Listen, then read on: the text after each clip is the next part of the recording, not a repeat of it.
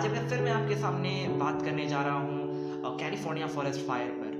California और Oregon दो अमेरिकी स्टेट्स में बहुत ही बुरी तरह से जंगलों में आग लगी हुई है और वो अलग ही स्तर पर जाती जा रही हैं। और कई रिसर्च के बाद पता चल रहा है कि बीते 18 सालों में इतनी भयानक आग कैलिफोर्निया में कभी नहीं लगी है। तो इससे पहले ही मैंने एक आध दो वीडियोस बनाई है कैलिफोर्निया फॉरेस्ट फायर पर आज कुछ नई और अहम जानकारियों के साथ मैं आपके साथ जुड़ रहा हूँ। उम्मीद करता हूँ कि ये वीडियो काफ़ी इन्फॉर्मेटिव होगा और आप इस वीडियो को अधिक से अधिक शेयर कीजिए। तो चलिए आगे बढ़ते हैं। पिछली बार जब मैंने वीडियो बनाई थी कैलिफोर्निया फॉरेस्ट फायर पर तो वो कुछ ज़्यादा स्तर तक फैली ज़रूर थी, लेकिन जितने स्तर तक फिलहाल फैल चुकी है इतने स्तर तक नहीं फैली हुई थी। आज ऐसी हालत आ चुकी है कि वहाँ का फॉरेस्ट फायर में निकल रहा धुआं जो है अब न सिर्फ यूनाइटेड स्टेट्स को बल्कि यूनाइटेड स्टेट्स के जो वेस्टर्न पार्ट हैं उनको बहुत ज़्यादा नुकसान पहुंचा रहा था शुरुआत से, अब वो बढ़ते बढ़ते कनाडा की ओर भी बढ़ने लगा है और वो अटलांटिक ओशन से होते हुए यूरोप भी पहुंच रहा है। यानी कि अब वो धुआं न सिर्फ अमेरिकी लोगों के लिए हानिकारक है बल्कि उसके बाहर के विदेशों के लिए वो हानिकारक बनता ही जा रहा है।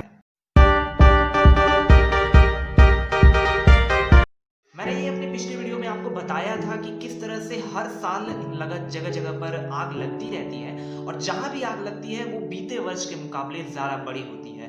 कैलिफोर्निया के साथ भी कुछ वैसा ही हो रहा है। कैलिफोर्निया में बीते जितने भी वर्ष में आग लगी, खासतौर पर 21वीं सदी में, उन सभी के मुकाबले ये सबसे शायद बड़ी आग कही जा सकती है। 18 वर्षों में यानी 2002 के बाद से अभी तक ये सबसे बड़ी आग लग रही है और फिलहाल ये रुकी नहीं है सही से, ये अच्छी तरह से बुझी नहीं है। और इसका जो धुआं है, जो स्मोक है, वो इस तरह से फैल रहा है कि न सिर्फ कैलिफोर्निया के कई सारे शहरों में यानी सैन फ्रांसिस्को, लॉस एंजल्स जैसे शहरों में, बल्कि टॉप में आप कह सकते हो कि वो नॉर्थ वेस्टर्न पार्ट है अमेरिका का जिसका नाम है पोर्टलैंड, उस तरफ भी ये धुआं फैलता जा रहा है और पोर्टलैंड क्रॉस करते हुए वो कनाडा में भी घुसता जा रहा है।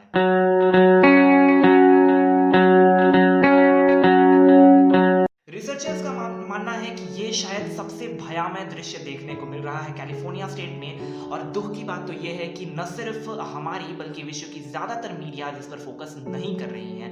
कॉमन मानी जाती है कैलिफोर्निया की फायर लगभग हर वर्ष होती है और इस वजह से लोग इसको बहुत आम तौर पर ले रहे हैं। लेकिन जैसा कि मैंने पहले ही बताया, कई बार बोल चुका हूँ कि जब भी कहीं पर आग लगती है तो वो पिछले साल के मुकाबले कहीं ज़्यादा बड़ी रहती है। अब चाहे वो अमेज़न फायर की बात कर लें या कैलिफोर्निया की बात कर लें या ऑस्ट्रेलिया में लगे पिछले साल की आग की बात कर लें, ये वैसे क्षेत्र हैं जहां लगभग हर वर्ष आग लगती है, लेकिन हर वर्ष आग लगना बीते वर्ष के मुकाबले कहीं ज़्यादा बड़ा हो जाता है और इस बार ये कैलिफोर्निया में भी साबित हो रहा है। कई सारी मैंने इमेजेस आपको अभी फिलहाल दिखाई, लेकिन इनमें से एक ऐसी इमेज अब मैं दिखाने जा रहा हूं जिससे कि आप उम्मीद कर सकते हैं कि ये कितना ज़्यादा भयावह दृश्य देखने को मिल रहा है। किसी भी बड़े शहर की मैं खासतौर पर बात करूं लंदन, न्यूयॉर्क और दिल्ली की, तो बीबीसी द्वारा एक फोटो है जो आपको मैं भी दिखाने जा रहा हूँ, वो दिखाई गई है और दर्शाया गया है कि किस तरह से न्यूयॉर्क, लंदन और दिल्ली जैसे बड़े शहरों में अगर ये आग लगती तो किस स्तर पर लग सकती थी, किस तरह का दृश्य देखने को मिलता। मैप के जरिए आप ये जरूर देखिए।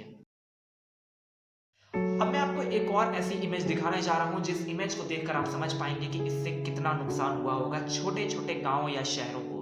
क्योंकि बड़े शहर तो वैसे भी नुकसान पाते ही हैं, लेकिन क्योंकि वो शहर बेहद बड़े रहते हैं, 500-600 किलोमीटर वर्ग में फैले रहते हैं, तो उनका एक बड़ा क्षेत्रफल बच भी जाता है और लोग अपने आप को सेफ रखने के लिए बचे हुए इलाकों में रह भी सकते हैं। लेकिन जो छोटे गाँव, छोटे इलाके, छोटे कस्बे हैं, उनमें क्या कंडीशन हुई होगी आप इस इमेज से समझ सकते हैं।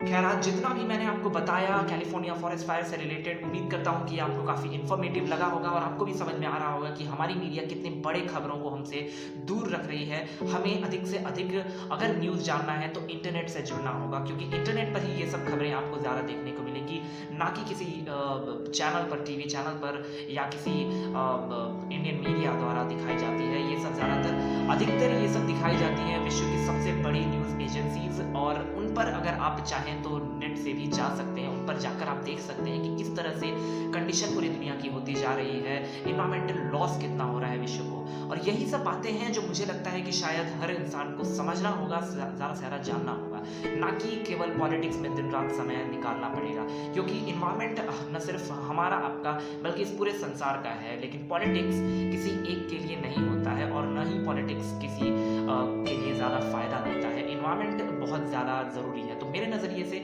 आपको ऐसी खबरों से हमेशा रूबरू रहना चाहिए। उम्मीद करता हूँ कि मैं लगातार ऐसी खबरों से आपको मैं रूबरू करूँ और आप मेरे वीडियोज़ को भी पसंद करें। तो इसी इन्फॉर्मेटिव वीडियो के साथ आने वाली और वीडियोज़ की मैं उम्मीद आपको देता हूँ, भरोसा देता हूँ और इसी आश्वासन के साथ मैं आज अलविदा लेता हूँ। उम्मीद करता हूँ कि आप मेरे वीडियो को अधिक से अधिक शेयर करें, जितना हो सके उतना प्यार दें।